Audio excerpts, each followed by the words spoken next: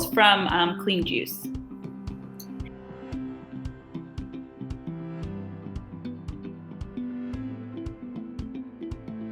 Every franchisor should understand about working with franchisees that these are humans and these are people that took a risk on you and your brand and believe in you and believe in what you have to offer them. And I think sometimes just in business in general, we can forget that we're working with people and emotions, and sometimes they just need someone to vent to, and sometimes it has to be the franchisor. And we're all in this together, and their success equals our success. So really making sure that they're supported is our number one priority. And nothing else matters if our franchisees aren't happy and successful and enjoying what they're doing. So that really has to be the first priority in any system that's going to be successful.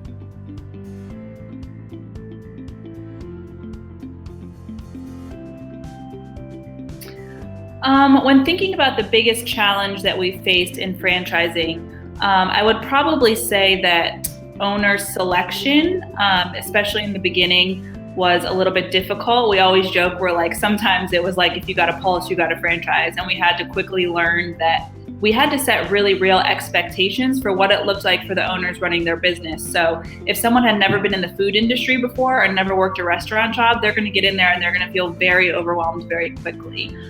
So we just really wanted to make sure throughout the discovery process that they were really introduced to what owning a Clean Juice was actually like, what their day-to-day was actually going to look like, so they didn't get in there and regret their decision. I think sometimes with franchising, I say it can be like, you want to buy your newest Louis Vuitton bag, and that's not how it is. This isn't just an accessory. This isn't now I own a juice bar. This is, hard work, and it's what you're going to dedicate your life to and many hours of your week. So you really have to understand what you're getting into. And that was our responsibility to make sure we really explained it and really laid it out there so that they could decide if it's something that they wanted to pursue.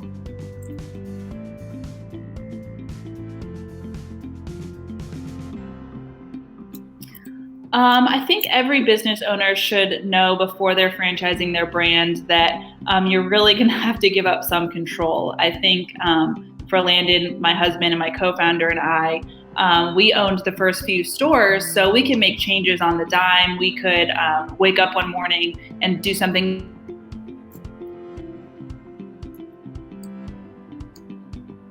That all changed, and we would start looking at our business as a system, and we had to make decisions sometimes a year before they were even put into place. So we really were losing some of that fluidity and also some of that control. We're going to run our stores the way that we see fit, but sometimes we go into a Clean Juice and we're like, oh my gosh, this isn't the way that they're supposed to be doing it. So of course it's our job to then rectify that, but you can't lose sleep over it when you see those things. So there is a release of control and a release of just the ability to move on a dime and really make your business what you think it should be in that moment. You're affecting a lot more people with every decision that you make.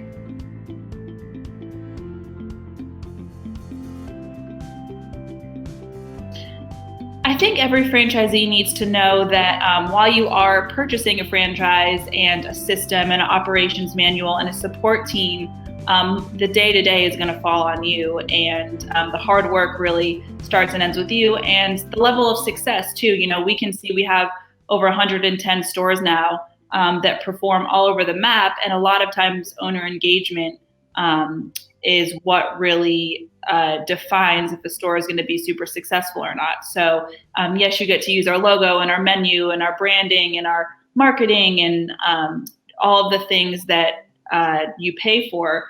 But again, getting in there and doing the dirty work, getting into your community, making the store what it's going to be in your community really starts on you. So it's it takes some of the weight off of a business, but it's not turnkey in the sense that you buy it and you wake up and it's there.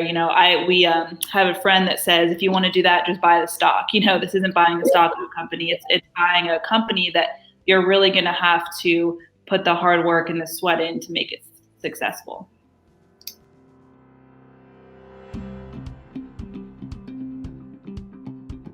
If I could go back and give myself some advice before we started franchising, I think I would probably say, just for me personally, I was a stay-at-home mom really before I did this. I helped my husband with a few other businesses, but this was really my first, dive really into the workforce. And I think I just love people so much that I started to take things really personally. And sometimes it's not personal, and sometimes, separating the professional from the personal and not being so sensitive, especially when it's your brand. I think, it's a brand that I designed and it was my baby, but then I also felt culpability when people were buying into it. And I took on a lot of that weight of just their success, and, it would keep me up at